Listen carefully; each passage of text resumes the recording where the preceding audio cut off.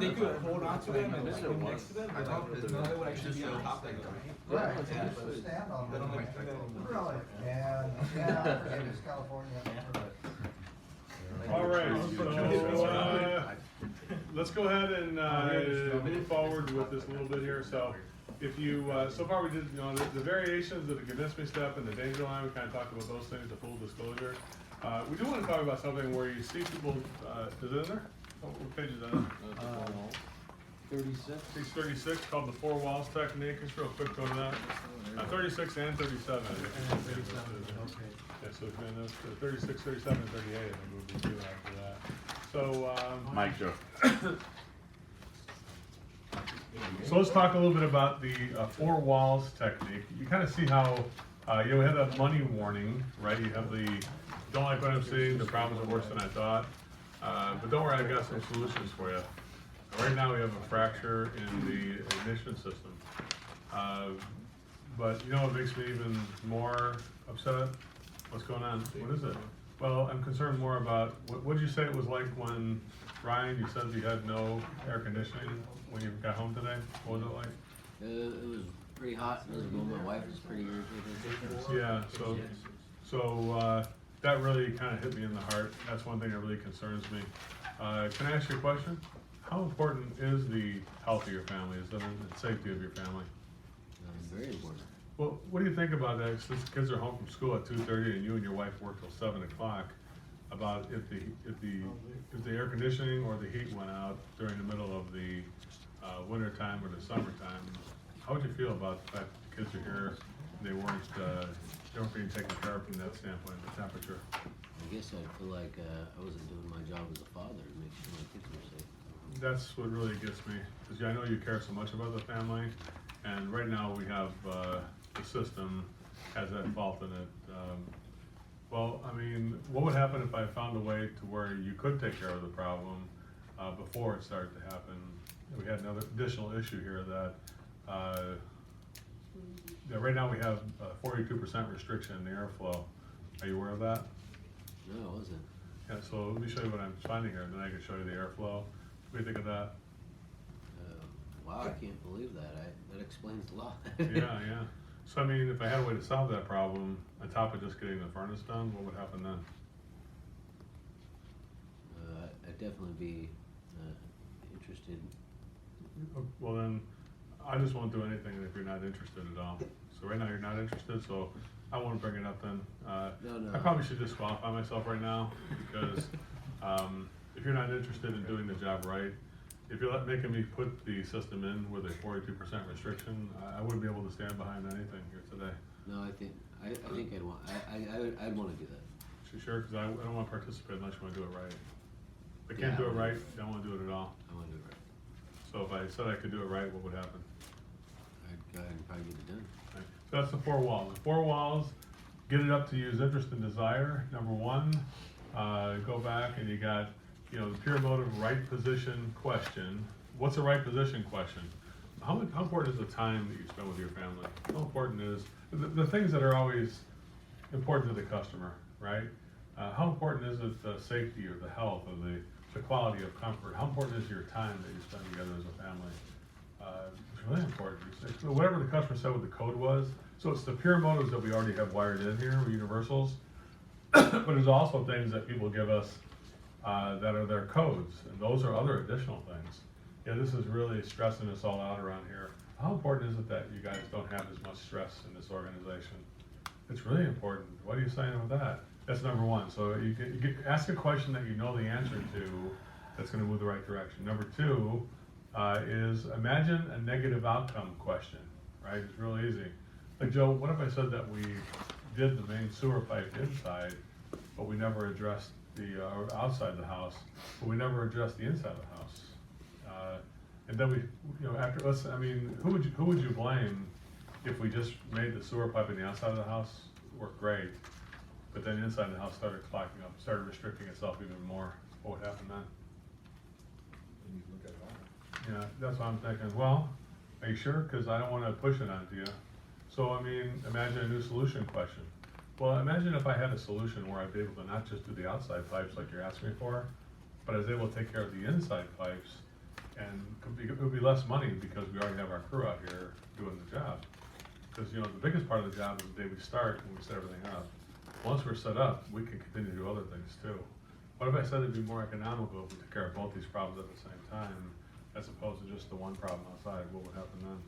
So if you got, somebody asks you for a stone cold furnace, and they even tell you, don't bring in, I don't wanna hear about AC, because I know our AC is shot, I don't wanna do anything right now with it. Right now I can only afford a furnace, right? So you say, yeah, Joe, right now I did look at it, don't like what I'm saying. What's that? Well, good news is we can actually put a furnace in for you. The bad news is that, well, let me ask you a question. How important is the reliability of a new system when we put it in? How do you feel about that? Is it important that you make a big investment, that this investment works out for you? How important is it that the comfort is improved and it's reliable? How important is that, Brian? Very important. What would happen if we put this brand new furnace in, which is high-tech system, but we put it into a system, the ductwork with a 42% restriction, and it damaged the new equipment, where it only lasted 3 to 4 years, even though you made a maximum investment on it? How would you feel about that? I'd be pretty upset. So if we had a way to put the equipment in the right way, but also fix the ductwork so it would be able to allow the equipment to work right, what would happen then? No, we're probably good. I want my investment. Yeah, so if you guys wanna sell the galvanized piping replacement with the water quality, it's sort of like, similar to the lead turnover talk, but now you're getting more interest and desire in it again, just a different avenue other than just saying, here's all the problems. You have both, imagining the 4 walls. The first wall is, how important is this part of it for your family? Number 2, what happens if we do this and the other part doesn't work? Oh my God, that would really suck. You know, what if we had a way to do it all? So it'd be a scale of economics there, right? Number 4, so if I did show you the solutions, what would happen then? Yeah, we just get it done. Okay, good, let me show you what I have. Pretty much now it's sold before you wanna show people. So any kind of thing you're trying to introduce, like air quality, you know, you're asking me to put the furnace in, what would we put the furnace in? Because it moved the air better. This furnace is gonna move the air better than the other furnace. But what happens if we actually pushes more dust in the house because it actually moves more air? What would happen then? How important is the health of your family, right? Dustin, how important is your health of your family? It's important. What would happen if we put a furnace in and people start getting more airborne illnesses like sinusitis or bronchitis after the new furnace got put in? Well, how would you feel about that? Well, Is that what you want? No. More hospital bills after we put the new furnace in? no. If you do, I get the stop the call. So anytime they don't like any of these 4 walls, probably should stop, right? It's like, you know, so that's where the stop and continue is gonna come into place, right? So, what are you thinking of that, Dustin? So if you're not interested in, you don't think it's important for the health of your family's healthy, I can't help you there. We only help people who are interested in that, you know what I'm saying, or? What do you think of that? What are you saying? Justin just asked me a question. So, voluntary commitments, imagine new solutions. So you look at what does that look like here? Go to the next one here. Oh, I'm going the wrong way. Yeah. Here we go. How do you get, here's one, John. How important is the health of your family? Let's try it here real quick. Go ahead, Nathan. Hit me with that. You're on a maintenance call? Well, I completed the maintenance. It looks really good, right? But Joe, go ahead and ask me. Number 1. So, how important is the health and safety of your family? It's really important. Why would you say that? Well, how would you feel we could have avoided your family getting an airborne illness, but we didn't do it? I wouldn't stand for that. What's going on? Well, right now you don't have any air quality system. Is there a reason why you chose not to make the air clean, especially considering Amy's ongoing health issues? Oh my God. What can we do? Can we fix it? Is there some way to, you're saying we gotta put one in, let's put it in. If I had a way to fix that, what would happen then? We just get the thing done. So how many times have you guys up there on maintenance call offer filters or things, and people said, no, I'm good, right? Because I really recommend we get an air cleaner here. Yeah, that's fine, I'm not gonna do that. Why? It's been like that for 50 years, why bother now, right? Why? You just didn't do it this way.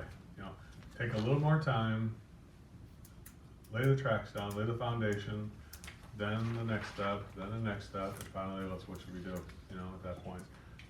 This is like 101 for people who are doing like inspection calls, and then you have to bring this up. By the way, if you do this stuff, it's important for the salespeople or comfort advisors to teach people how to do this, because if we do show them an air quality solution, I could say, before I show the air quality solution, I have to let you know, full disclosure here, what's that? Well, we can solve the problem from an air quality standpoint, I can fix the problem we found with no air quality, but just so you know, you have another choice, what's that? Well, the furnace is 23 years old, and we could actually replace all the equipment, and then air quality stuff would actually come for free with that equipment. So would you want us to just put the air quality in and pay for it, and then pay for replaced equipment on top of it? Or do you want to just pay for the whole thing at one time? You have the equipment or the air quality. See how I, like, if you're a salesperson, like, well, why is this important to me? Because if you teach it to the service people how to get themselves their foot in the door on an air quality solution, then that air quality solution is going to turn into a complete replacement solution. You see, you follow the tracks, follow my tracks on that? If you don't get the guys to be good at this, they're gonna get turned down on the air quality. I suggest you get a filter for $800. No, I'm good. Nothing, no event took place at all.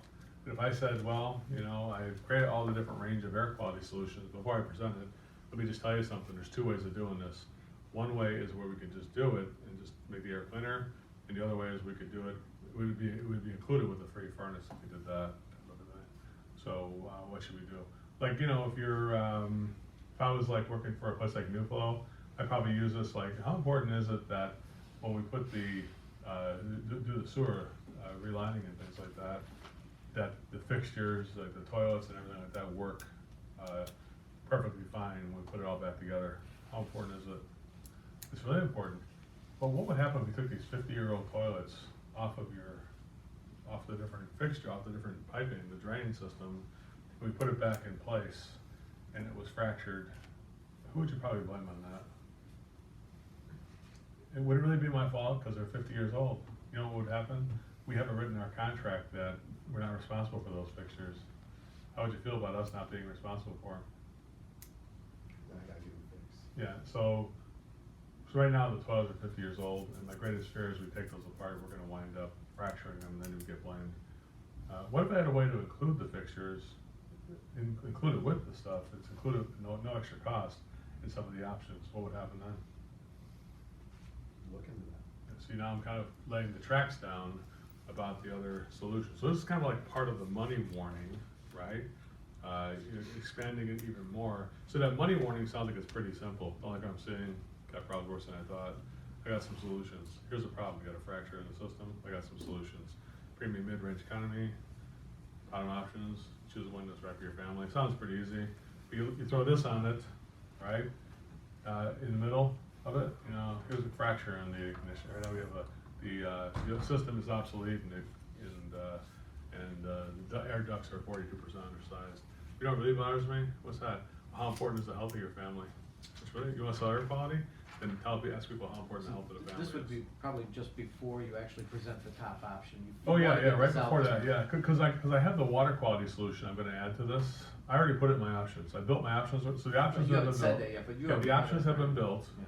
and I'm now gonna try to sell water quality to the customer with a hot water system.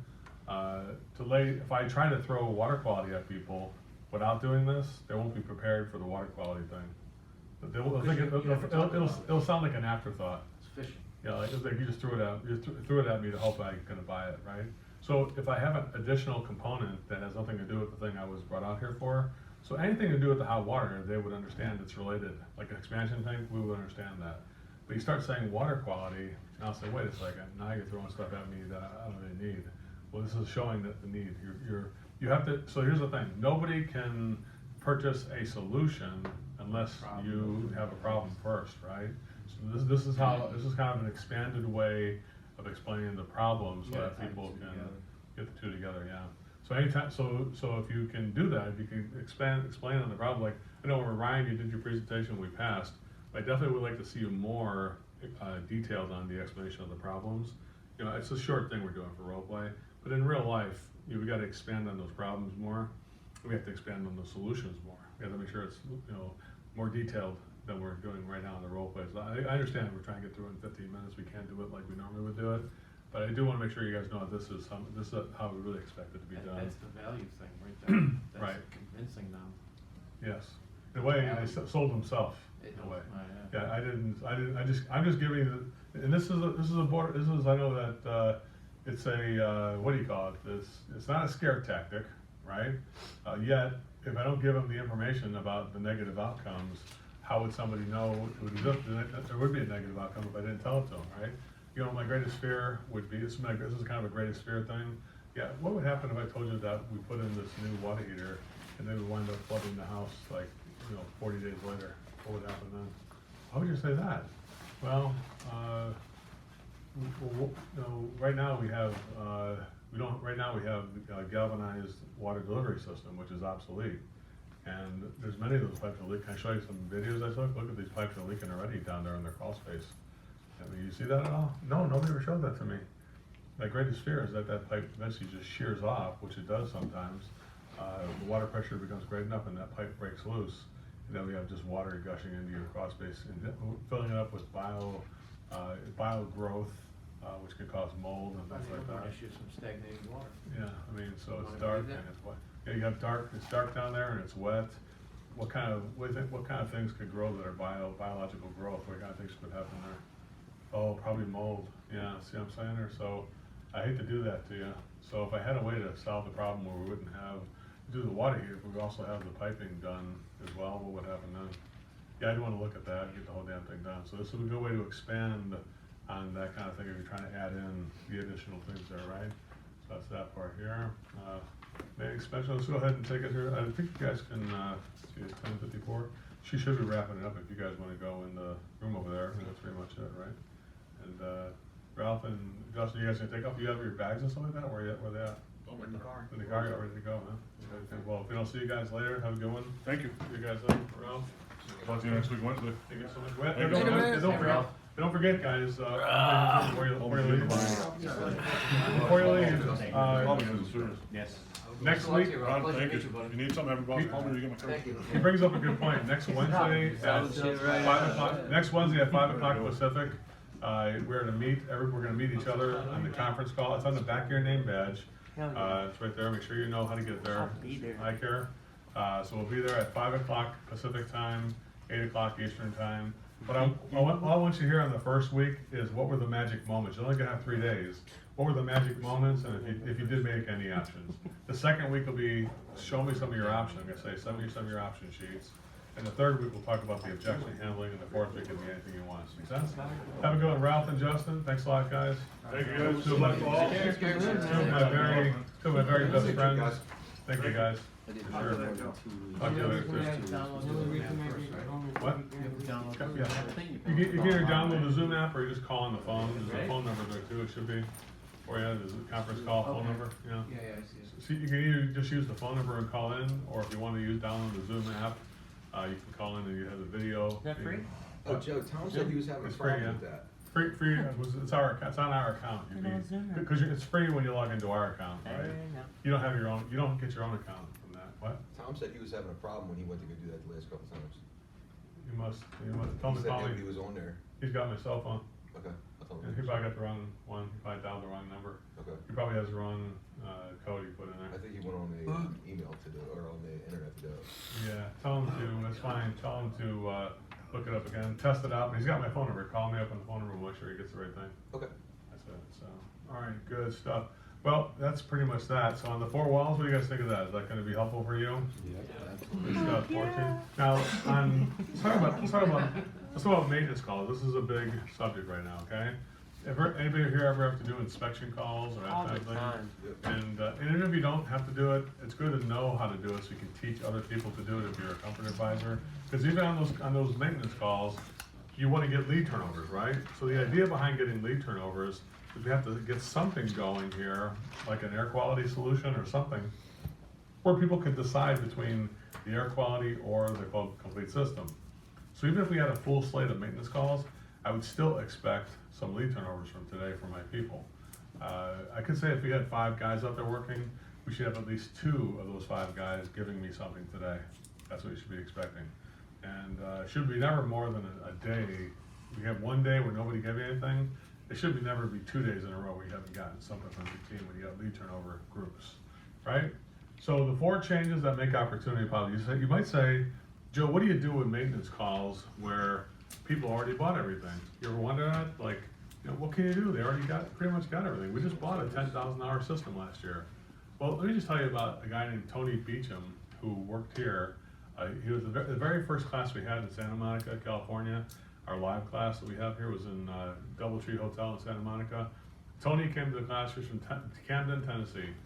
He came back and he's like, oh, you know, Dennis is like, all we got is these maintenance calls set up right now, so we'll see. It's middle of September. We probably don't have any calls, Tony. So he sends them on a maintenance call, and the maintenance call was on a $10,000 system that the company just sold last year. Brand new furnace, brand new AC, and Dennis Holland said, yeah, you probably won't have any kind of opportunity. So Tony, just get that one over fast. There's no heat that came in after that, so we'll take care of that later, right? So he goes out there on this call, he does the whole maintenance, and he says, well, Evelyn, he listens to what we say here. He goes, well, you know, you have an hour of my time for free, and I wrapped it up in 45 minutes because it's a brand new home. Is there anything else, a brand new furnace and AC? I got done faster than I thought it was going to get done. Is there anything else you want me to look at today when I'm here? And because that's one thing we're going to teach you how to say, I'm your personal concierge, so anything else you want me to look at besides the tune-up? I'm done with that now, and you have extra time if you want it. And she's like, well, let me ask you a question, Tony. When we bought that furnace and AC last year, Dennis said it was the best air quality system that he had. Was that really the best one we could do? Because if it's not, I'd like to see if there's a way we could upgrade to something better.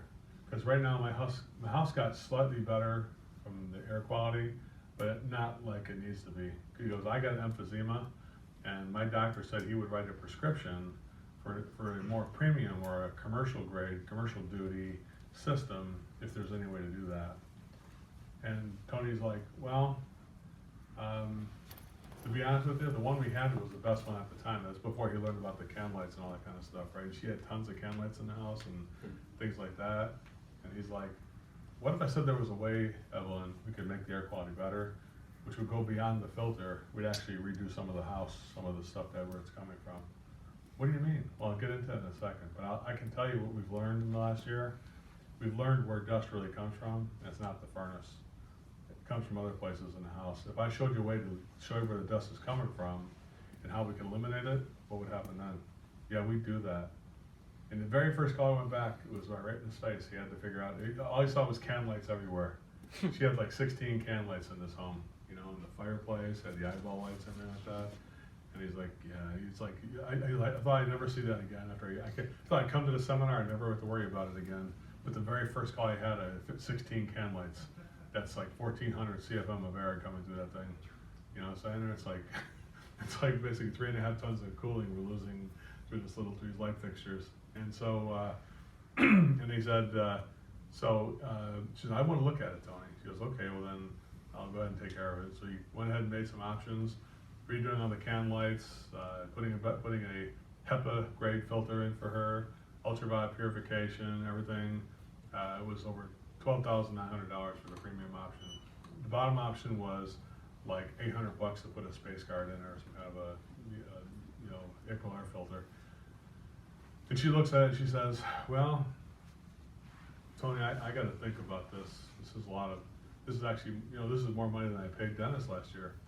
He goes, I know, but you asked for the premium one, the commercial grade quality. That's what this is. It fixes the can lights, the fiberglass. He did the whole thing with the water. And she was like convinced that was the problem. Yeah, shit, I wish you'd done that last year. He goes, I know. He goes, that's why I always cough when I got the can light right over my bed. So she has 2 can lights right over her bed on the husband and wife can light type of thing where they read. So right there, right sleeping every night, just pouring fiberglass onto these people, right? And we gotta get that. She goes, I can't even sleep in this bed knowing that he took the dust off the can light and said, here it is. She goes, well, could I take a look at this and you call me back later? And he's like, well, Evelyn, when people say they're interested but they want to call you back later, it usually means they're trying to get rid of me, but they're just too nice to say something like that.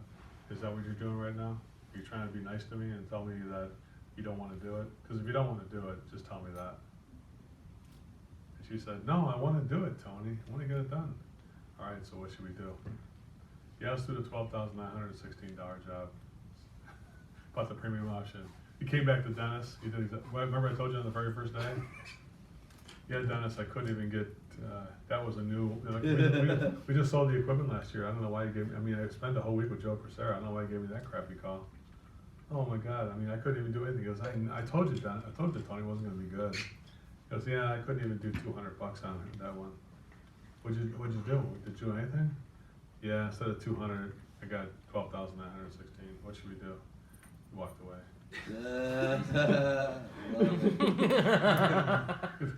Get that check. That made me feel good, right? So you get this guy, and you know, when I met that company, they were like, we're gonna spend Dennis said, I'm gonna put this on my credit card. We're gonna put 10 grand on my credit card to come out here to Los Angeles, but this is the last 10,000 I can do. Then we're done. If this doesn't work, our company's going under. I said, well, Dennis, if you had to do something before your company went under, I would recommend doing this. That's what I recommend. And he did. So he came back and he wound up saving the company by doing that. Isn't it great? Wow. So here's 4 things that change every single year. Even if we just bought something last year, it doesn't excuse us from finding opportunity. There's still opportunity. Number 1, does the industry provide new solutions every year that are not yet invented? Yeah. Do you think the year 2020 will give us new solutions that have not even been invented yet? With the world of technology, who's to say what we will be seeing, where things would make it easier and safer and healthier and more convenient to operate things with a furnace and AC, right? So the industry has made opportunity possible because it gives us new solutions every year. My question is, how would the customer know they could get a Wi-Fi connected shut-off valve if we didn't tell them we got one, right? So that's one thing. Number 2 is, does the company learns about these things. Does the company take on new things that they didn't know about? Like I just talked about the can lights. Who wouldn't be thinking about how to retrofit can lights now if you're doing air conditioning or plumbing or anything like that? To say, I'm gonna be in the air quality business, let's do it right this time and make sure those can lights are sealed up, because I'm having 80 CFM of air going through that can light. If I see a house with 4 can lights, I'm gonna tell them something they didn't know about, right? We also have the techs, now the service tech themselves, you yourself are smarter than you were last year, so each individual tech has more, as you see solutions going. Remember when tankless water heaters first came into place? The techs or the plumbers didn't believe in them. Many of them still don't believe in tankless water heaters because it has electrical stuff in it, and they're freaked out by that. They don't because they're afraid. They're not that they don't believe in the tankless. They don't believe in themselves Yeah. that they wouldn't know how to service it. They don't want to sell stuff they wouldn't know how to service, which is pretty weak. That like I'm so stupid I couldn't learn how to do that, right? So thank you, plumbers, for coming into the real business where you have to actually use a meter. Welcome to the world of electricity. I wish what the fuck I was doing. It's a great. Like the switches and dips and everything else, like. It's a great. The world of electricity is a great Wasn't world. it, right? I mean, after you did it. Well, I mean, I had the AC background, so I knew what I was doing with boards and low voltage, so, you know, but I've seen guys, plumbers, 30 years in the game, they don't have a fucking clue what they're looking at. No, they don't want to. They're scared to look at it. You're talking a rollout switch, they got rollout switches in most of the tanklesses, all you gotta do is hit the bitch and make sure it's still working. Right. You know, you guys don't know that. It doesn't. There's no excuse. They need to get better every year. So if you see a gap anywhere here, like our company doesn't, the industry is changing, but our company's still the same.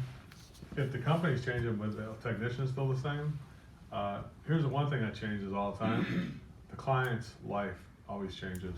So last year, when we purchased the air conditioning unit, we didn't have a baby, and now we have a newborn infant. Is air quality now more important? We have a newborn infant. Because the second your child, if you have kids here, the second your child gets its first cold that it's ever had, it's like, holy shit. Like you need to consider that could be a possibility. And it is. Now that she can't breathe and she doesn't know that she should sneeze. You can't even speak to her, she can't speak. But her head's all clogged up and all she does is cry because she has pain in her sinuses because you're making that baby breathe fiberglass, you bastard. Why don't you make your house fiberglass free? Come on, do it for the kids. I know you can take it, but let the kids free, right? does not have the penetration. So, guys, you learned something. Do you guys learn more at this meeting than you did?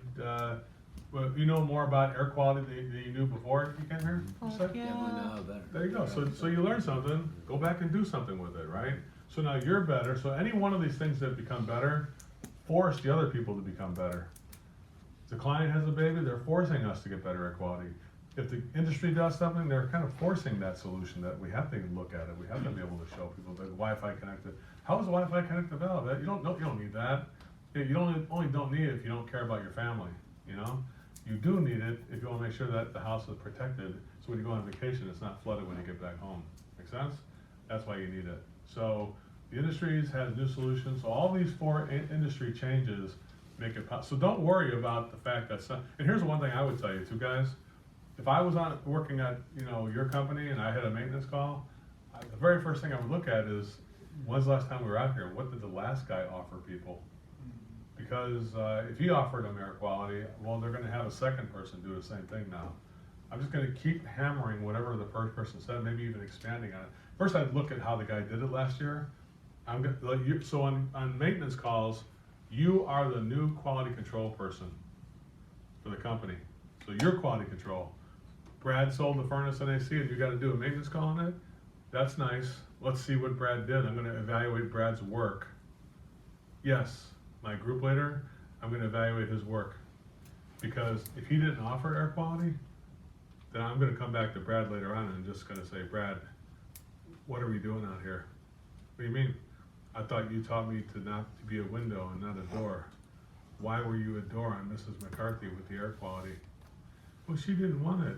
Oh, that's lip service or real service? You didn't write it down. I expect you to be a leader of this group. So get it together. When a coworker is telling another coworker to get their shit together, that has a way bigger impact. Wayne can tell these guys anything. They just goes in one ear, not the other. Soren can say it. Like, yes, I can. So go sit at your desk, Soren. You know what I'm saying? But when a coworker, like, how about the new guy who starts this week says something to you about the way you're doing your shit? Dude, if that's the way you're gonna charge an air conditioning unit, that's bullshit. That's you don't use beer can cold to charge a unit. I want to show you how to do this the right way, okay? Like I did that when I worked at a place. I was in the industry and I was really anal about getting my technical stuff. I went to go work at a union place, Superior Sheet Metal in Lake Bluff, Illinois, and they were doing like beer can cold. They purge the unit and then fill it up and said that was. Just wait till it starts sweating. That's it. It starts sweating. It's air conditioned. I'm like, guys, I said, we need to have a class. And I just started like the first week there. I'm like, we need to do a class, everybody. You think that, the guy who hangs gutters one day is now doing an air conditioning unit, the sheet metal company, they do gutters, sheet metal, fascia, and, they do air conditioning units in too, but they're charging it up like a bunch of jackasses, like a carpenter would, you know what I'm saying? So everybody needs to have the proper gauges. Everybody needs to know how to purge the gauges. We have to go over the basics. I had to literally teach these 50-year-old men how to do it right. You know what I'm saying there? They weren't cleaning it with nitrogen or anything. I told them, I said, I can't work for a company. I said, here's the reason I have to teach you guys. You expected me to be on call, and I know what's going to happen when I go on call based on what you guys are doing. I'm not going to go on call if we don't get this right. We got to get this right, guys. I said, I just started here this week. Who are you? You're not even in the union yet. You're just still getting your few. You haven't been certified? I don't give a fuck what I'm certified in. I'm certified in no callbacks. That's what I'm telling you that. So we're not going to have a callback. I'm not going to be on. I said, if you don't do it, I'm not on call. I was working my 8 to 4:30, put my head down, and just collect the money I can collect there, and that's it. I'm not gonna work here. I'm just gonna work as a placeholder for you guys till I find another job. But I can't. I know it's more money, but I can't work like this. It was more money. They paid me like $27 an hour when I was only getting paid $15 an hour, so it was significant more money. But I'm like, you know what? I can't work that way. That's just the way you got to do it the right way. So when somebody in your company is telling another person to get your shit together, and by the way, I would recommend that too. I wouldn't let it go. You're a bad coworker if you know somebody needs to improve and you're not telling them about it. Because you know what it turns to? Sarcasm. Like, you see Billy fried another fucking transformer. What a dipshit. you know what I'm saying? That's sarcasm. Why? Why does somebody go out to Billy and have a little class I would show him how to wire up a fucking transformer? Wouldn't you have appreciated that when you were burning out transformers? Yeah. You know what I'm saying? Hey, let me just go and take a show you how to do this. Wouldn't it be nice to show you how to fry a transformer? You know, here, you're doing a good job of burning out transformers. Is what you're trying to do. The transformer industry thanks you. I really do. But let me go over and show you something else, how we do this. So, guys, if you got a gap in your game, own it and get people better at it. Help your coworker. Don't tolerate the coworker. Help that person. He needs a class on what to do, or she needs a class sometimes too. If it's a person who's a female tech, or even if somebody answering the phone, she needs a class. Tell her, can we find a class for her to go to? She needs to get trained. She's not trained properly, and you got to push it. You know, don't be a turd that goes with the flow, you know, or a dead fish. Let people know, right? So 4 changes. There's 4 changes. So don't tell me that on brand new calls there's not something that could have been done, because I'm going to go back and look at that option sheet that the guy made. And if they had all the air quality and I don't see air quality, I'm going to ask the customer, Janet, can I ask you a question? Yeah. How important is the health of your family? Why you ask that? Well, I mean, what would happen if there was something going on in this brand new system you bought last year where it's going to make the family unhealthy throughout the year? What is it? You just put it in. I know, we did. But Brad was out here, he offered you guys air quality. Why did you guys choose not to make the air safe and healthy for your family, especially Amy, your daughter? Oh, at the time we couldn't afford it. Well, what do you think? What should we do? Well, let's get it done right now. And there you go. Take the same option that Brad offered and sell it to them. How many times have you taken the same option sheet somebody else did and just tell people, you know, 4 walls? What should we do? You know what I'm saying? Lather, rinse, and repeat for the service guys. They should be taking the thing that you sold last year. The customer probably bought the middle option. A great percentage of time, people bought the middle option, right? 74% of the time, it's the middle option. Only 15% of the time, it's the top option. So basically, 85% of the time, there is something that we offered last year that could be chosen this year on those calls. So don't go telling me because we sold the stupid furnace last year that that's all there was available. Because there's a whole fucking world of things out there that we probably even offered them that we just say, is there a reason why you chose not to protect your attic without an emergency pan? What do you mean? He offered it to you, but you declined it. Why'd you guys do that? Especially with your daughter Amy in the bedroom right below that air handler. Why'd you guys do that? Like, I would say, why did you choose that? Why'd you choose not to do that? Put them on the spot, the customer, make them accountable. Why'd you choose not to get that, the Wi-Fi temperature control to monitor the home so your family would be safe when you're working? I didn't even know about that. He didn't explain it last year? You just mentioned that, and it was that important. Well, I mean, do you want to know if your family is safe when you're at work and your kids are home at 2:30?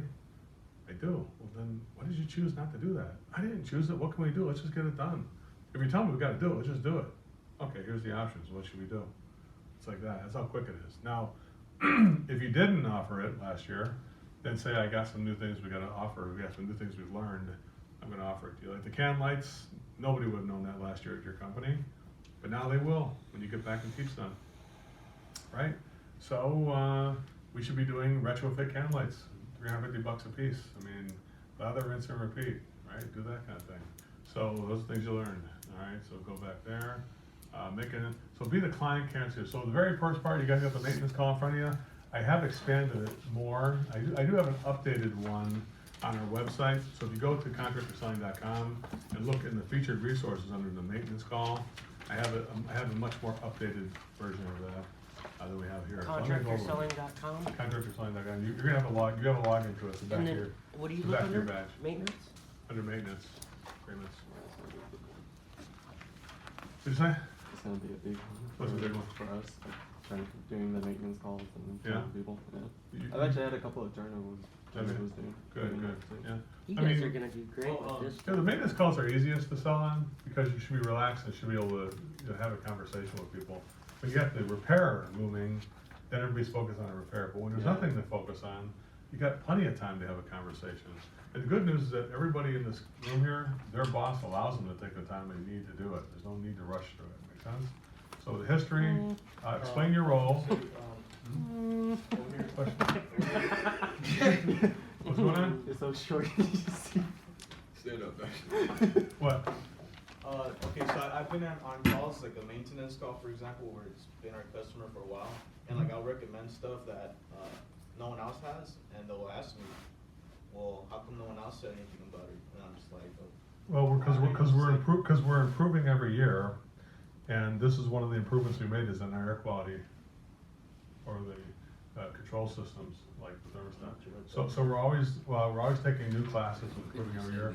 One of the things we believe in is continuous improvement in our company, and you can count on us to improve every year. I always tell the customers, you can count on us to every year have a new solution for you, because if we find something new that can make your family more comfortable, safer, and healthier, it's our honor to do that for you. You know what I'm saying? Don't apologize because you're doing that. Tell people, yeah, we have recently have a more of a focus. There was a time in the company where all we did was work on furnaces and ACs, but now we've expanded the air quality and ductwork and humidification, other solutions that we have, because we found it was healthier and safer for our families. And so we recently focused on this part of it, we've taken classes on it, we've all become experts at it now. You know what I'm saying? Help you there? So that's it. So no apologies for not doing it in the past. I mean, if you look at a place like Professional Plumbing, would you agree that the offering that you're gonna make is quite a bit different than what you were doing before, like for a water heater? It's a game changer, isn't it? Yeah. You never thought that water quality is so every time there's any plumbing call at all, it would have water quality attached to it. You know, you use the Halo water systems. You call Glenn Rodet from Halo, if you know that company. Yeah. If you need the name of him, let me know and I'll give you his name. He'll come down and teach a class for the whole company. He'll come right up there to your place And and that's teach what a Halo is? class. Halo, yeah. He'll come up to New Jersey and teach a class to you. He will. We just started emphasizing the filters, like we would offer it, but since Tom came back, we started emphasizing the filters and the on-demand with the circulator pumps on. Mhm. It's, I mean, they're just like grabbing it. Game changer. It's a game changer. So there's, if you're a plumber and you're not selling 5 or 6 of those a week, I don't know what the hell you're doing out there.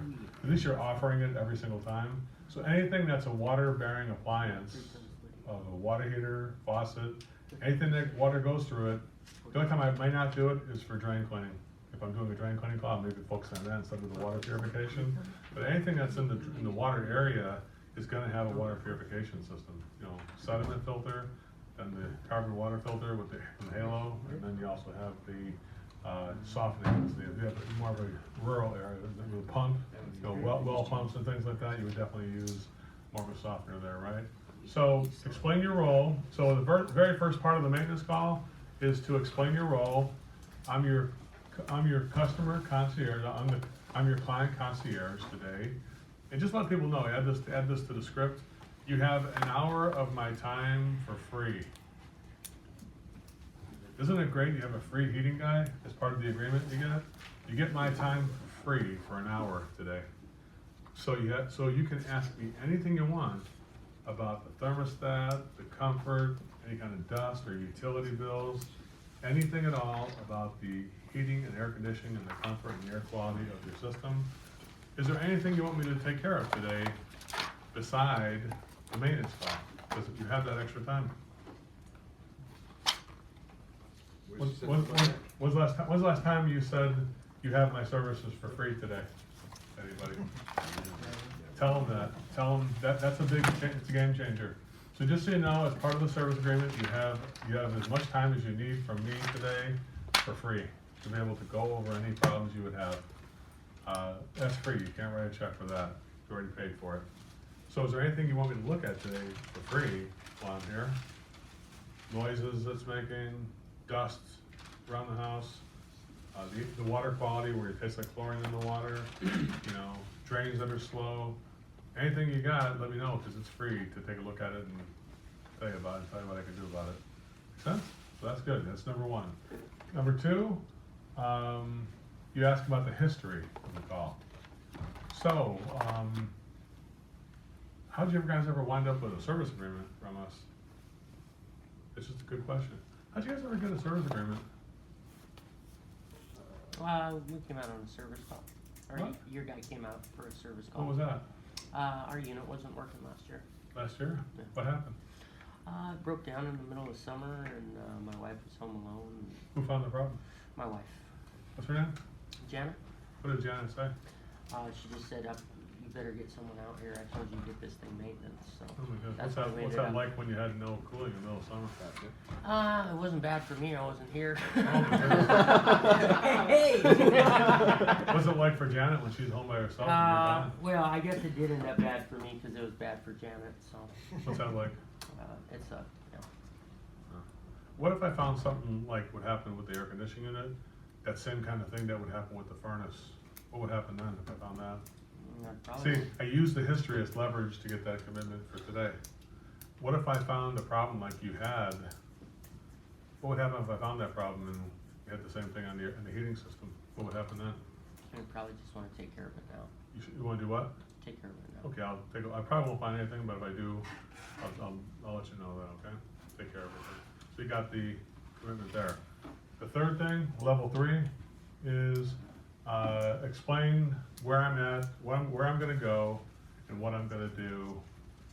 And if I found anything after doing that, what would happen? Now, if I already got if I got a commitment on the first 2 things, then I could just explain what I'm gonna do and where I'm gonna go. I don't need to get a commitment because I already got one.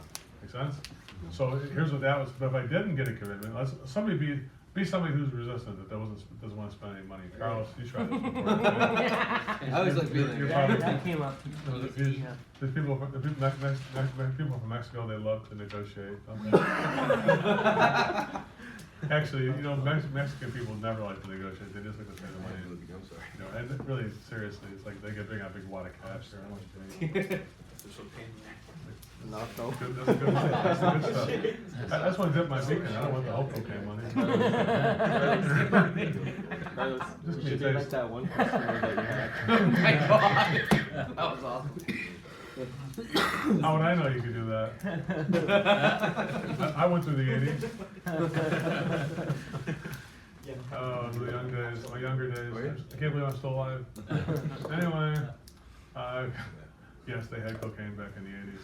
I'll tell you later. A lot of it. So, explain where and what you do. Okay, so I'm gonna be going, let's start with the very beginning. Trying to be resistant to everything, okay? So, I'll be your personal concierge. You have my time for free for as much as you want today to find any problems, like with air quality or noises or rooms that aren't comfortable. Is there anything you want me to do today besides the tune-up? Say no. No. No, it's all good? Yeah. Nothing, don't look at anything? No, look at my system. Oh, look at the system? For the maintenance. But if I find a problem, what would happen then? Just don't worry Say about I'm it. not gonna buy anything today. I'm not gonna buy anything today. Okay, no matter what? No matter what. Okay, good, at least I know that. So how'd you ever get a maintenance agreement? My system broke down, and I had Eric come out and fix it for me, and he suggested it. Who found the problem? My wife did. What'd she say? She was just angry at me. What was that like? It was pretty stressful. Can I tell you something? She's lucky to have a person like you to Oh, help yeah. her like that. If I found a problem that was similar on the air conditioning unit with the furnace, what would happen then? We'll just think about it some other time. You're not gonna do anything? No. Okay, good. Well, I'm gonna go throughout the entire house and, take a look at the ductwork, the control system, and the furnace and AC, and then I'll give you a full report. And then, in that report, if I found something that was a safety issue or something that was gonna cause you have no heat in the wintertime, what would happen then? That's gonna be the third level right there. I'm gonna go through the whole system, tell you what I'm doing here.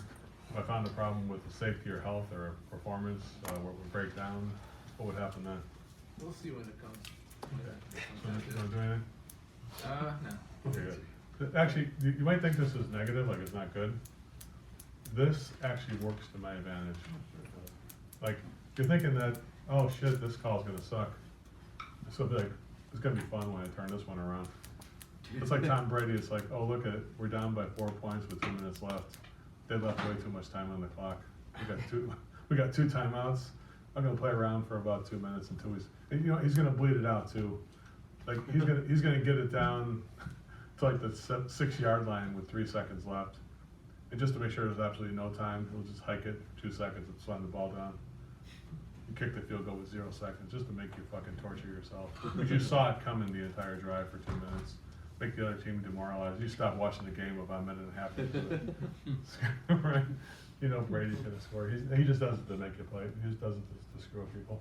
So, if I don't got this, no commitments here, but what is the likelihood I would get a commitment for one of those three things there?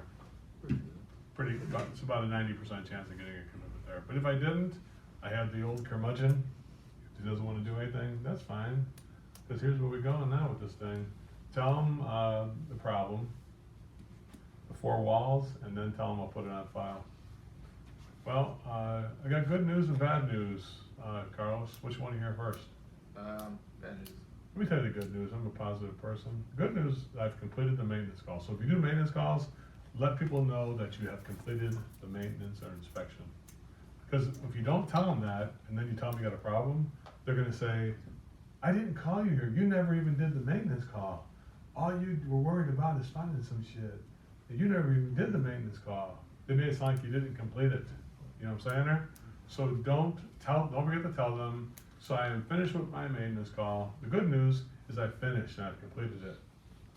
And the other good news is that 10% or 90% of the system, the actual operation of the system is working fine. The pipes aren't leaking, the water heater works, faucets are all working, there's no leaking at that point. Or the furnace is working just fine. Everything's just operational at this point. But, can I ask you a question? So let's say you're trying to sell water quality on a maintenance call or an inspection, or you're trying to sell air quality on that kind of inspection, right? What's that? Well, what would I say about the air quality? What area is that gonna impact? Go ahead, Carlos, you ask me. What's that gonna say about the air quality? You go ahead and ask me, Joe, what area of concern would that be? Health, safety, quality, reliability for air quality? What area of You ask me. Go ahead and ask, which area, I'm asking you, which area is it? Health or safety or quality or reliability? What do you think it is? Quality? Health? Health, it's air quality, we're breathing air, right? So you ask me, Joe, how important is the health of your family? Ask me that. Joe, how important is the health of your family? So, yeah, Joe, here's the problem I'm seeing. 90% looks good, but here's 10% I'm concerned about. Joe, how important is the health of the family? Ask me that. Joe, how important is the health of your family? It's very important. Go ahead, Dustin. Give me a negative outcome question. Joe, what would happen if the air quality was at a certain degree of level where it could cause airborne illnesses? Tell me that. Joe, what if I told you there was something missing from the system that would affect the health and safety of your family? What is it? What's going on here today? Caesar, what are you seeing? Well, Joe, there's no air quality system. Is there a reason why you chose not to get that? I guess we not. Yeah, Joe, there's no air quality system here. Is there a reason why you decided not to get that? I didn't even know about it. Is there something, a way we could do it? I mean, is there a way we could do that? No, here's where it gets a little different. Because I never got the commitments. Now, if I got commitments earlier in the call, I would just say, yeah, Joe, if I had a way of doing that, what would happen then? Right? But if he gave me bullshit from the very first 3 times I tried to get the commitment, and he was like, I ain't buying anything today, then I would say, Nathan, put your watch down now because we need to have you interact. I would say, well, Joe, go ahead and ask me. Joe, I asked you 3 times if I found a problem, what would happen then before? What'd you tell me about that? So Joe, I asked you if I 3 times that we found a problem. What would happen? What would happen? I say, what did you say about that? If I What did you asked? say about that? I said I wasn't buying anything today. Yeah, so what I'm gonna do is take the air quality solutions I have right here. I got it right here. I'm gonna take these solutions and put them on file. And then after your family gets sick, like when you guys are homesick this winter, call me up because you'll have plenty of time when you're sick. And then we'll come back and show you how we can fix it. And I'm serious, you don't think I would say that to somebody? Since the guy just told me he didn't wanna tell me about it, well then why would I show it to him? Yeah. That's not a scare tactic though. That's a little. No. Well, what's gonna, you won't get, do you believe that Everybody fiberglass wants is to the see house? him. Absolutely. Do you believe that not having air quality, if you don't believe in your solution, yeah, listen, before you do this, you better be fucking sold on your own solution. If you don't think it'll make it healthier, then fucking don't do this. Forget it, don't do it. But I think it makes it healthier. I think filtering the air, purifying it with ultraviolet purification, it makes it healthier. It's sealing the ductwork, not having fiberglass coming into it. I'm sorry, I just feel, I feel strongly about it, you know? I'm sold, this is the way to do it. I can't tell you that that's what you gotta do. I can just tell you what I'm sold on. You know, but if you're not sold on it, call me up after you get sick, and then we will come out here and show you what we could do. Well, can't we just do it now? Well, I would've, but you told me 3 times before you didn't wanna do it. So if I did break my own rules and show you these solutions, what would happen then? You see, nobody's ever gonna teach this on maintenance calls except for Uncle Joe. You know this is pure Uncle Joe. If somebody tries to steal this shit, you know where it came from. This is the signature Uncle Joe move, right? Have you ever heard anything else like this before? No. Here you go. So don't say you invented it, okay? And Weldon Long, you can kiss my wrist, okay? You didn't invent shit, okay? He was a member of our website. We worked for JD Vigil, and that's how he got sales techniques like he has. He's modified his stuff to make it not like mine a little bit. That's how he got it. He worked for JD Vigil in Colorado it Springs sucks anyways. back in the early '90s. He didn't mention that part. He never mentions that part. Just like Mike Aguilera never mentions the part about us training his company for 7 years. Not once. Never mentions it at all. Oh, I wonder why. Because they know all roads lead to Uncle Joe. Oh, They do. that's- They do. I mean, you're looking at a guy who got his nuts kicked by Frank Blau himself, you know. Told me I was the worst service person in the world. And I was at the time, so he was right. So, you know, I've been around the block a few times. I'm battle tested, I'm steel hardened. You know what I'm saying there? So that's what I'm talking about. This is a maintenance call. If you are gonna go on maintenance calls and you're not converting maintenance calls into opportunities, you're not doing this. Why is it important that comfort advisors know this? Because you need to go on calls with your service techs to teach them how to do this. Because now you're gonna learn how to be a good salesperson when you go on a service call. You know the enemy of this program? No repetition. I went a whole weekend and didn't present anything to anybody. My advice, if you're not selling equipment to somebody and you're a salesperson, get in the service truck and find the worst guy who does service in your company and can't sell shit, and go with him to see if the two of you can put your heads together and 2 monkeys screwing a football can come up with a solution. You know what I'm saying there? That's what I would say. Because what are we doing, you know, paying your insurance and your medical and everything else like that, and you haven't put together any options for somebody? This is not something that, you're not gonna become a good salesperson by sitting on the bench and not swinging a bat. You know, you're only gonna be a better hitter by swinging the bat. Get in the game, start doing something. So if you have no calls today, then ask who the worst service person in the world is and go with them. So you can show him how to do better. And see if yourself can do better, by the way, too. If you can't convert these, well then how's it expect the other guy to do it? Make sense?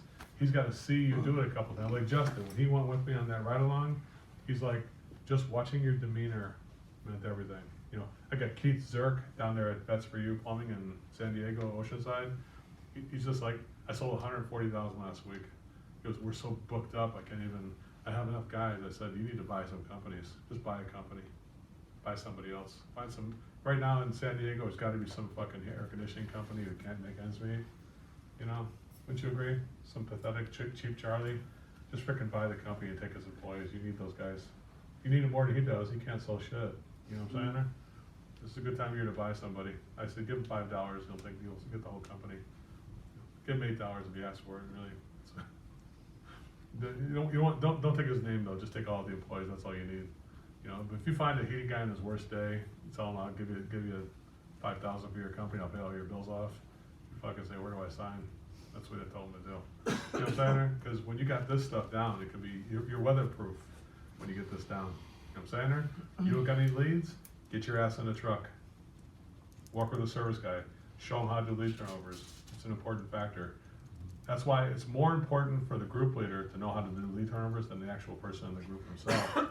Because you're the one who's teaching and training and holding accountable to what we're doing with this part of it. If somebody goes on maintenance calls or not getting anything done, then have them come back in the office and do a call with me.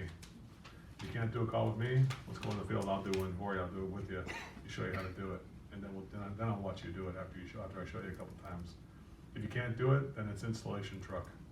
Get your tools out because you can be an installer. Can you say thank you to people? Say thank you. Gracias. Say thank you though. Thank so, you.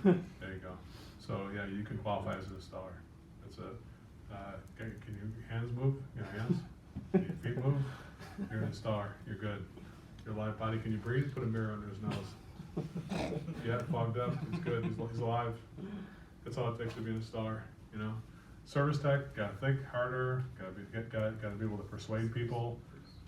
You know. By the way, I did have a guy from a sale installer. His name was Ron from up against Ryan up there, Minnesota. Guy came back and set up $40,000 in leads on his first 2 days back.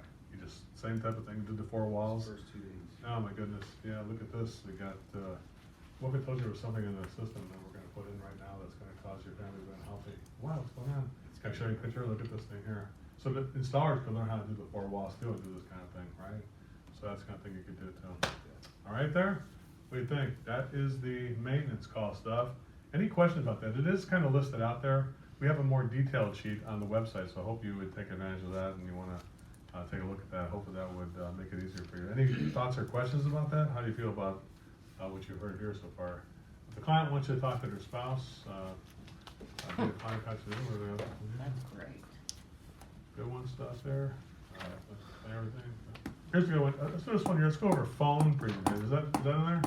You guys see the phone presentation? We've got tough calls, phone presentation. We're gonna do that. Then we're gonna have lunch. Then we're gonna finish a couple presentations and wrap it up at lunch. Phone calls, tough call presentation. Is You it ready? the landlord calls? This is not landlord call. We're gonna cover that too. Page 28. 28. Phone calls, phone presentations. Any kind of phone or remote presentation, you guys with me on that? So you maybe have to make a presentation over the phone. Make sense? Number one, so sometimes the client will say, you know what, I think my husband should see this, or so you're on a service call and it's like, oh, Ron, this is a lot. And I told you before, if it's not working, we're gonna make a presentation, regardless if everybody's there or not. So if the system is down and not working at all, you will present options. Does that make sense? What system is down? Whatever system you call for. So you Water call for service. no hot Oh, water. no. You call for no hot water, furnace, then the drains aren't flowing, the no hot water, the faucet's toilet, not. it's It's already an existing It's problem. existing problem, you're gonna present options, that's just no question about it. If you're on an estimate call where things are still working and they wanna upgrade, that's where you can get the right people at the right time. So I wanna make sure we're clear on that. The right people at the right time is only for, situations where the system's working, but we're gonna upgrade it. You know what I'm saying? Like, you got a maintenance call, it's working, we wanna do get the husband and wife there to see the air quality solutions. Be a good idea to have them both there. You might have a thing where you got the wife who's gonna see it, and the husband, she says, I can't go forward until we show my husband, this is too much money. I mean, I think we should get the $6,000 air quality, but I think my husband should see it too, because that's, hate to see us spend the money without him knowing about it, right? So number one, let the woman know, or let the man know, whoever it is, that we're gonna talk to a spouse on the phone. So let's say we have the one with us and the one who's not with us. Make sense? Let's make sure you tell the person, you coach the person. Just so you know, Oscar, when you call your wife, what's your wife's name? You married? Yeah. What's her name? Alicia? Alicia? When you call Alicia, do me a favor, don't tell her any prices. Please allow me to explain the prices, like I explained it to you. Now, make sense? Please don't do that, and let me do all the talking on this part. Just introduce me as Joe from Professional Plumbing, okay? So coach the person to not reveal prices.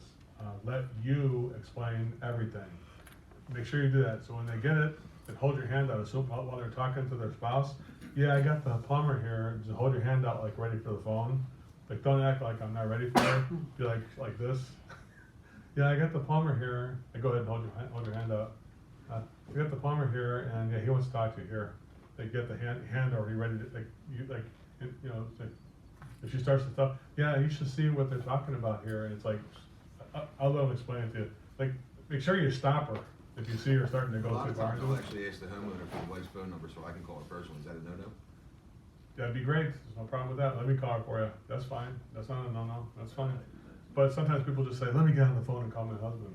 They'll say, I prefer, well, actually let me call, this way I can, use my phone. Actually, one better than that, what I. She may not, the problem is if you call the spouse, they may not answer because they see a strange number, they don't know who they're looking at there, but go ahead. And you kind of just stole my thunder a little bit in that sense. It hasn't bitten me too bad. Most of the time they will answer, but I give the customer my phone, hey, could you dial his number? And that way, in case any questions or whatever, follow-ups, I've got his number in my phone then. Yeah, it's interesting, but, I've actually spent the whole time in the house with the customer and the wife on speaker. You know what I mean, like. They've done a that lot of works the well. speaker thing, yeah, That works she'll really go, well. the guy will go, yeah, hey honey, we got everyone's on speaker, this Right. is the plumber, we're standing here. So, on the next step number 2, you wanna show the solutions to the current spouse who's here, even though they're both on here, to get the one that they like first. So, let's pick up the one that you like, so I can ask Janet what she likes. This is before you're on the phone. Before we do the call. So make sure we let her know we're gonna call your husband, but before we do, let's go through the options with you, so we know which one that you like, and we can see what he likes, and so therefore we know, bring it together at that point. So make sure that you're presenting it to the one person, having them anchor it to the one they like, and then we call the spouse and see what they wanna do. Make sense? Preparing the spouse on the phone with time and distraction, that's a real big one. So I now talk to the spouse, here I talk to the plumber. Hey, how you doing, Ryan? How's it going? Good, how are you? I bet this is unexpected, huh? Hey, work, what do you do for a living? I'm a salesperson. Are you? So what's it like when you get a plumber calling you when you're at work you're busy with other things? Were you thinking about your plumbing before he just called you? Not really. I wasn't either. I was thinking about just going home after this call. But can I just say something to you? Is now a good time? So time is the big one. Is now a good time, Ryan? If you prefer, I mean, I know I would think it's the biggest hassle in the world to be at work having to think about how to do the hot water system. If you prefer, I could just come back later when you get home, or if you want to come home right now from work so we can talk about it. Would you prefer I go over on the phone or a Zoom meeting? Or I could do a thing where you just come home and we talk about it now, or come back, make an appointment, come back tonight and talk about it. Which way you wanna do that? If you could come back tonight, that'd be great. Ask me to email it. Could you just email it to me? Well, actually, we do better in email. We always try and make sure we explain it. They're personalized and customized solutions. So we make sure you get all the information. We believe in equal access to the information. And so we need to go ahead and do it in person, or on the phone. We can do it on the phone. So you wanna do the phone or in person? What do you think? Is this just so you think you have a better chance of closing a deal here? Well, are you in sales? Yeah. Yeah, so you know better than anybody that if you let somebody else present the solutions, that the person's not gonna get the benefits. You know, how important are benefits in sales? Oh, yeah, that's pretty important. You're in sales, you know more than I do, right? Yeah, I'm just a plumber. So, you know, I'm a $7 million plumber, so I don't know much. But, I'm only a plumber who does $140,000 a week. I'm not that good, you know, but, you know, I'm only a $7 million plumber, so I don't know. But, I mean, how important are benefits? Yeah. And my greatest fear is you don't hear the benefits if I just do the email. You're not gonna get all the benefits. If you wanna stop the call, we can stop the call. If you wanna continue, we can continue. I'm not a good salesperson like you. No, it was just continue. Okay, good. Thanks for letting me break the laws of sales and just meet with you in person. I appreciate that. Yeah, I always email things all the time. I say, that's okay, I'll teach you a lesson later on. We'll tell you how. Give you a lesson. I've actually given people who are salespeople lessons on how to sell when I'm doing the call. I mean, you think you need some help, dude? You're doing it the wrong way. You'll email things to people. So anyway, prepare the spouse on the phone time. Ryan, is there any kind of, you want to hear it now or you want to wait till later? Is it? You know, I think if you could come back when you get home, that'd be great. That'd be great. We'll talk to you what time? 6 o'clock. We'll see you a pencil or pen. Okay. We'll see you then. All And I'm gonna ask you to go through the solutions, pick your favorite one. If you like it, we just go forward. If you don't like it, we just say no. And then if you need more time, we'll make another appointment. I'll take them to that whole 9 yards too. Make sense? That's what's gonna happen there. Now, if he says, no, Joe, I wanna get this over with right now because we have no hot water, or we gotta get this water heater working properly, no, just tell me that instead. Hey, no, Joe, I wanna get this taken care of right now. All right, are you distraction free? Can you have somebody hold your call so there's nobody interrupting you right now? Yeah, I could take some time. So make sure your phone is off or turn to vibrate if you don't mind. Yeah, sure. Okay, except for this. There you go. So now we're gonna make sure that no distractions. You ask for that before you present the solutions. Are you in a place where you're quiet and you can listen to what I'm saying? Can you shut your phone and turn your phone on vibrate or do not disturb so we don't have to get interrupted in the middle of this thing? You know, set the table on that first so you don't have any disruptions in the middle of this whole thing. Make sense? Yeah. That's that. Then we go forward, present the solution as you would, the money warning and the choices, and then ask the client with you to tell their spouse their favorite. So I say, well, what do you think on that, Ryan? Ryan, what's your favorite one there? And you're like, I don't know right now. I say, well, you know, a lot of times the person on the phone is kind of at a loss because they're just hearing all this stuff for the first time now. We did go over the problems and the solution. Money warning is explaining the problems, right? Did we go over this, so don't forget the money warning with the spouse on the phone, so you can explain the problems and the solutions, right? Well, Ryan, you know, what should we do? Say, you know what, can I talk to my wife? You know what, can I talk to my wife? And we'll do Sure, yeah. If you don't mind, Janet, could you please tell Ryan right away of the 6 options? Janet said she wanted to get the 3rd option, which is the gold option, just to give you a fair warning on that, Ryan. Janet, tell Ryan what you liked about the 3rd option. Yeah, Ryan, it's got the 3-year warranty and 3-year service. I think we really need that one. That's one I want. Yeah, honey. See, I kind of had that off the pass. Don't hand over to the spouse without conditioning that conversation first. You gotta color that conversation. Don't just say, yeah, here it is, and say whatever you want. It's like, she said she wants the 3rd option, right? Yeah, Ryan, just so you know, she wants the 3rd option, the gold option. Or she can tell you, Janet, what do you like about the 3rd option? Tell Ryan. Yeah, honey, it's got the 3-year warranty, and we think we need that emergency pan so it doesn't come to the ceiling too. I really want that, baby. All right, honey. What should we do?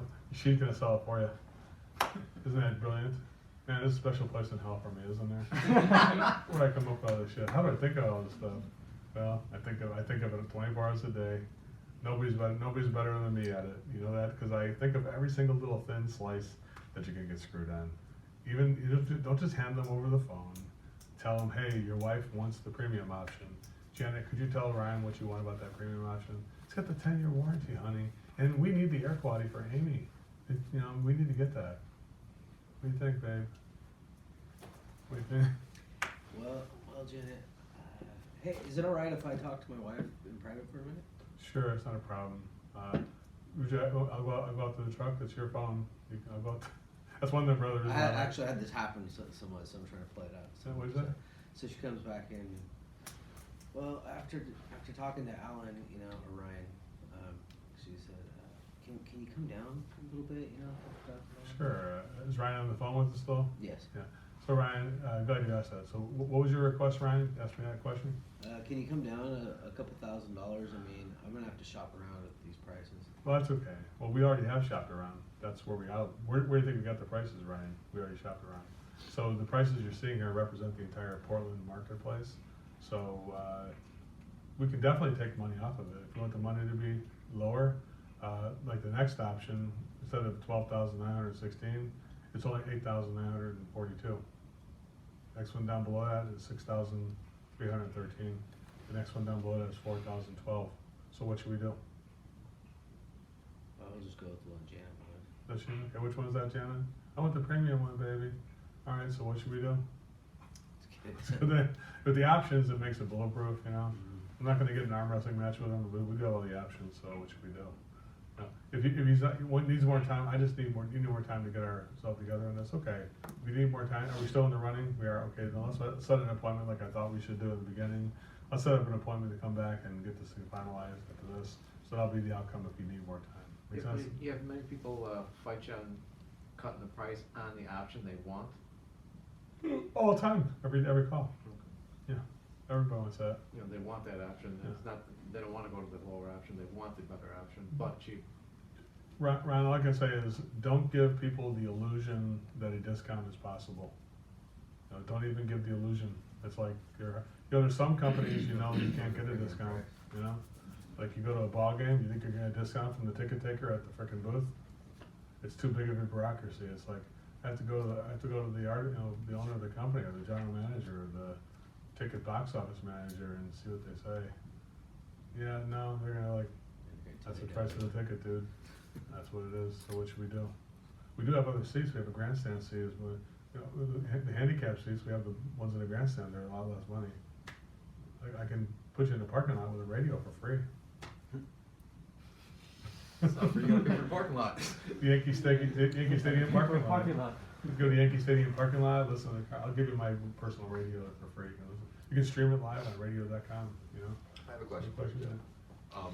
Yeah. You ever had it where the customers, like husband and wife on the phone, start arguing over it? Oh, yeah. What do you do in that situation? Because usually I just say, well, listen, I'm gonna let you guys deal with it, and you guys can call me back. No, don't call me back, don't call me back.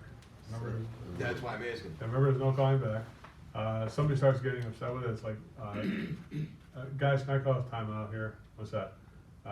Our job is to bring the family together, and anytime I see the family starting to get upset about it, then I'm gonna have to withdraw myself from the opportunity. At this point, if you guys can't, talk about this without fighting with each other, there's no way we could ever go forward with this call. So I'm gonna just withdraw myself from the opportunity right now, if that's how it's gonna be. You guys are arguing, while you're arguing with each other, your daughter Amy does not get the water quality that we're trying to get for her. How long are we gonna argue versus how long are we gonna get this thing done for Amy? You need 5 minutes to talk about this, guys, and see if you can calm yourself down to the point where you can move forward or not. I've had that big boy conversation, like I'm the parent of the kids, the 2 kids are fighting. Okay, we're taking it away from both of you guys then. Wouldn't that We're be- not gonna go to Coney Island today then. You Couldn't just that be sit a there, spot you where- sit there and argue with yourself all day. Yeah, you just stay in this bedroom and argue with you. I'm locking the door. You're not leaving the bedroom until you figure it out. But don't walk out of this bedroom until we're not going to Coney Island until we get that shit figured out. Could you If also? you're a parent of 2 kids who are arguing, you'd say, figure out your argument, because we're not going to do what you wanna do. We're not going to cheerleader practice today until you get that figured out with your brother. What? Yeah, you guys figure it out, your brother and sister, you work this out, that's how you gotta do it. What would a parent do? A good parent, would you think that's good parenting or not? Oh, yeah. Good parenting is we don't just let it linger and keep the argument going. We tell those kids, we need to end this, we need to conclude the argument, okay? Somebody's gotta give in, somebody's gotta compromise. I'm not gonna tell you who it is, because you're both my favorite, you know that. But you guys figure it out, your brother and sister, you figure it out. Well, she always takes my thing, he always does this, he always does that. It's like, I'm done talking. I tell you one thing we're not gonna do, you're not going out with your friends, Robert, and you're not gonna go to cheerleading practice, Janet, until you guys work it out. You're gonna sit in this room until you figure it out. Wouldn't that be a good spot though, where you can go with this option here and then upgrade later after you guys talk about it? Even if you went forward when they're arguing, all you're gonna get is buyer's remorse. If you get people who are, one customer's agitated about anything having to do with what you're purchasing, or they feel disrespected by the husband or wife. A lot of times husbands feel disrespected because the wife is kind of playing a power play here, or vice versa. Husband playing the power, like it can happen, the dynamic changes both ways. Anytime you're telling somebody what they need to do, then it's not gonna work out, you know what I'm saying there? If you're aligned with the person who's pushing this deal through, and the person who's doesn't wanna do it, you know you can leave here, fight, and then tomorrow morning, yeah, Ron, you can't come over, I can't do this, I'm sorry, it's not your fault, she's just a bitch. I've had it where they look at you like you're crazy the whole time you're trying to work. It's like what you just said, Ryan.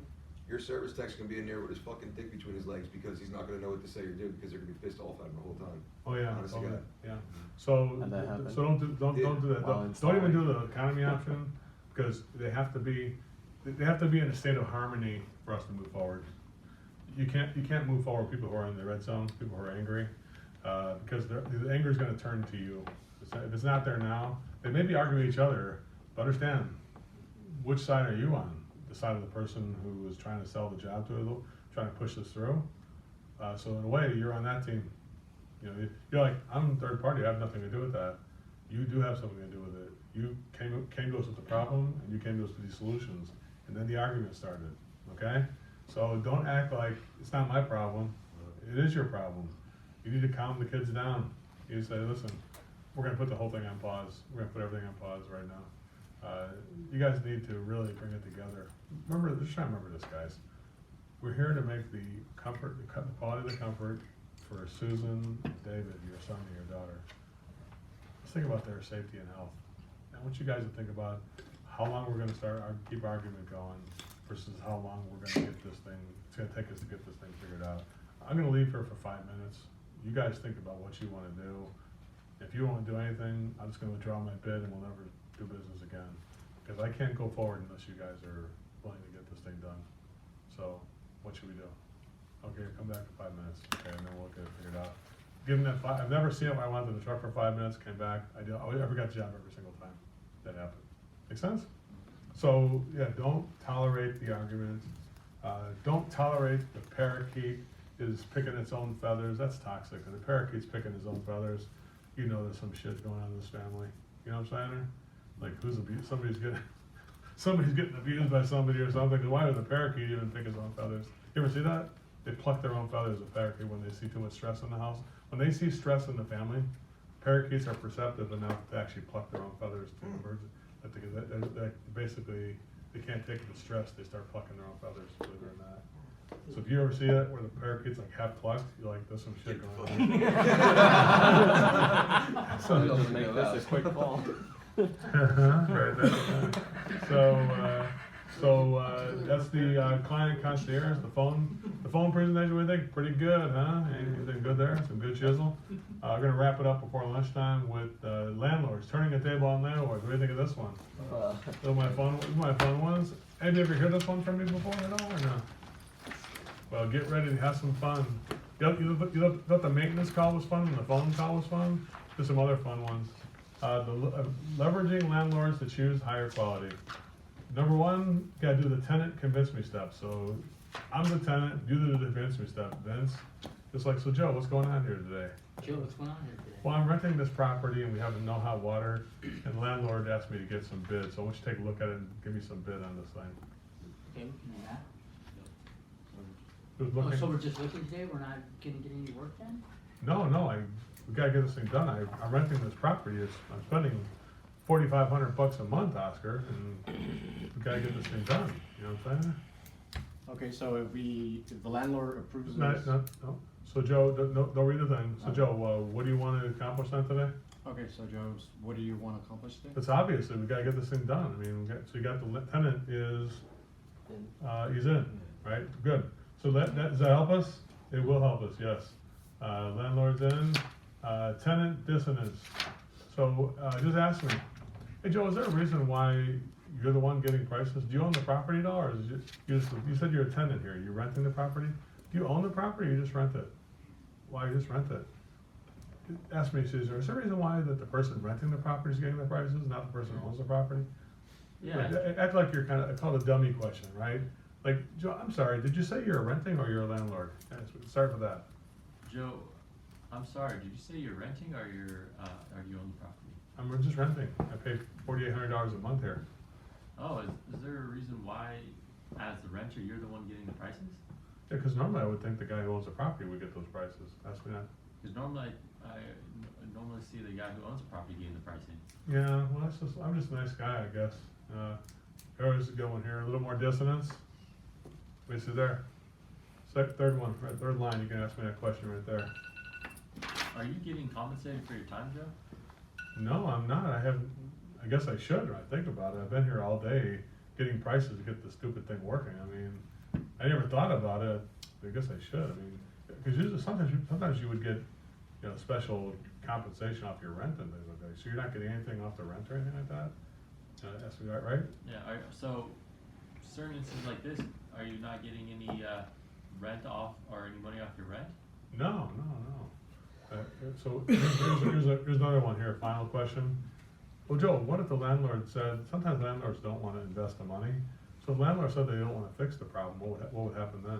Ask that question. Yeah. Joe, so sometimes landlords in these situations don't actually get the problem fixed. What would happen then? I have to move out of here. I can't pay $4,800 a month to have no hot water. That's bullshit, Caesar. I gotta move out. And then you pump the brakes. Well, Joe, stop. I'm sorry. I think it's my fault. I think I went too far. I just wanted to know. I was just curious about everything. I didn't mean to get you upset. Look, I'm getting you upset. I really apologize for that. Like, now I apologize to the tenant for getting me upset. Like, I have to leave her. I can't pay $4,800 a month and not have rent. Oh, Joe, I'm sorry. Let's pump the brakes on that. I might have went too far. I was just trying to hear what the situation was. So now you say, well, I'm gonna go to the landlord and tell him a little bit of what you said to make sure he takes it serious. Is it okay if I do that? Well, Joe, I'm gonna take a little bit of what you said and go talk to the landlord. Are you okay with that? Yeah, tell him everything I said. I don't care. Okay. Oh, good. See, now the tenant is on our side. If we don't have this conversation, guess what usually magically happens somehow? I don't know why or how this happens, but somehow the tenant and the landlord work against you.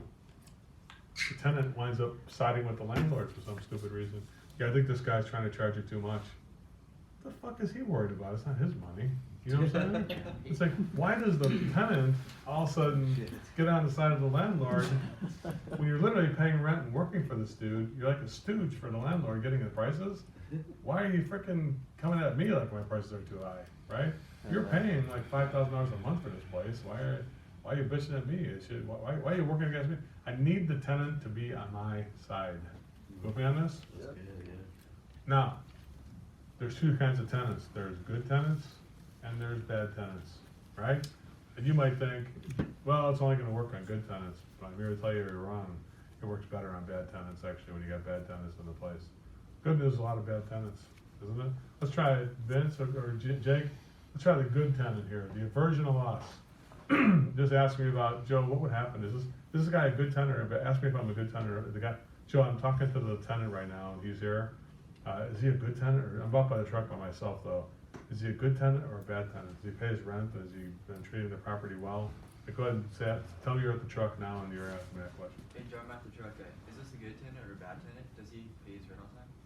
Yeah, he's every single time. He pays like clockwork. He actually pays a month in advance. He's like the dream tenant. He even has fixed the deck and things like that too, Jack. Okay, well, off the record, I just heard him talking about how upset they are not having any hot water. Oh no. How long does it take to find good people like them to run a place like this? You never find it. These people are just like perfect. It took me 3 years to find something like this. You know? Well, my greatest fear is they don't get the problem fixed, or the problem keeps happening over time, and they get upset and leave. Are you? As a matter of fact, he told me he would have to leave if you could tell me, get more specific. Matter of fact, he just told me he's ready to leave if this doesn't get fixed. Tell me that. Did he just say that? There you go. Tell me that. My greatest fear is he already told me he's gonna leave My greatest fear is he already told me he's gonna leave if we don't get it fixed. if we don't get it fixed. What do you think of that? What do you think of that? We gotta get it fixed. We gotta get it fixed. So what should we do? Yeah, show me what you got. Let's get this damn thing fixed. Let's get the best one. Is there a good way to do it? Yeah, it's called the Platinum Plus. Keep Joe paying rent for the next 5 years. For the next 10 years, air quality renovation or water heating system renovation. This one I did for you, Joe, because we're gonna keep him paying rent for 5 years. We're gonna make him happy. It's called Endless Hot Water. Still do the same thing you would have done. Don't make it cheaper because of the tenant landlord. Go with the normal thing. It's retail price. Full sticker, no dicker. With me on this? Don't do any special profiling. Like, no, they probably won't go with the good one. Landlords, when they get in this situation, will buy the best, the absolute best. I was in St. Charles, Missouri one time, cracked heat exchanger, and they had an attorney's office. And I'm like, what's it like to have no heat? It's terrible. How long have you been here? 22 years? What would happen if they chose not to fix it? It'd be terrible. I could have told them it was a cracked heat exchanger tenant, but I didn't because I don't tell tenants the problems. I told the owner, I said, hey, are they good tenants? Yeah, they're attorneys, 22-year tenants. Are they good? They pay rent? Oh yeah. Right now we have a fracture in the carbon monoxide containment system. I mean, by law, I should be telling the attorneys here that rent the property that it's dangerous to their health. Or on the other hand, I could just put the new furnace in without them knowing it, just because it's not, it won't be dangerous after I put the furnace in. So should I tell them about the carbon monoxide situation right now? Or should I just put the furnace in AC and give you some options there? What do you think they said? What should we do? Yeah, $28,000 later, we bought a new furnace and AC, not just for this one, but for all the other ones too that they were over there too. I did 2 for 1 on that one. Isn't it crazy? That's awesome. So, but we leveraged it. I mean, what better leverage can you have unless you have an office full of attorneys who are renting for 20 years? I guess I can tell the attorneys here that you have a health problem. By law, I should tell people. By the way, by law, if you have a cracked heat exchanger, you have to tell the occupants of the home that it's a dangerous hazardous That's your situation. license. Yeah, right. So that's that. So anyway, that's that. Leveraging landlords, that's that part. Now, the bad tenant, what makes a tenant a bad tenant, mainly? Yeah, I mean, if somebody's sloppy with the house, they damage the house, that's bad. What's even worse about that person? They don't pay the rent either. When they disrespect the home that they're renting, you ever seen a tenant who disrespects their own rent? No way. You think that person pays the rent on time too? Like, oh, but they're meticulous about paying the rent on time too? No. Never in the history They of always put a tenants. break on their rent. If that, they wanna go a month behind, can I get 2 months deferred, I'll pay at the end of the year. This is what you're looking at. If somebody does not take care of that property when they're renting it, they will not take care of the payment when it's due every single month. You guys agree with that or not? That's what's gonna happen. So what makes the bad tenant the bad tenant? Simply what makes them a bad tenant is, the fact that, they don't pay. So if you ask me if I'm a good tenant or a bad tenant, who wants to take that? John, you asked me if I'm a good tenant or a bad tenant. Are you a good tenant or a Is bad Joe, tenant? is that guy a good tenant or a bad tenant? Joe, is that guy a good tenant or a bad tenant? He's bad, he doesn't pay his rent. Did you see the damage they did? And then he got the parakeet picking his own feathers in that place. Yeah, kinda looks like an episode of Hoarders. It does, yeah, right, I mean, yeah, so I mean, I don't care anything about these people, they don't pay their rent. You know, Joe, here's the thing that really bothers me, you see the bad tenant narrative, what's a bad tenant? My greatest fear is that if we don't get this problem fixed, or the problem keeps happening over and over, that they would get upset and stop paying their rent because they're living here with this problem. I just don't want to give them a reason to continue to stop paying their rent. What do you think?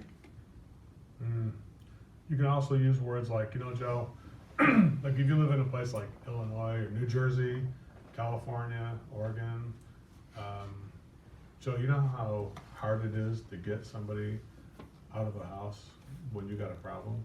Like, they're not paying rent, but you live in the state of Oregon. Do you know how hard it is to get somebody out of an apartment when you haven't taken care of the property and they go to the judge and you try to get the rent out of them?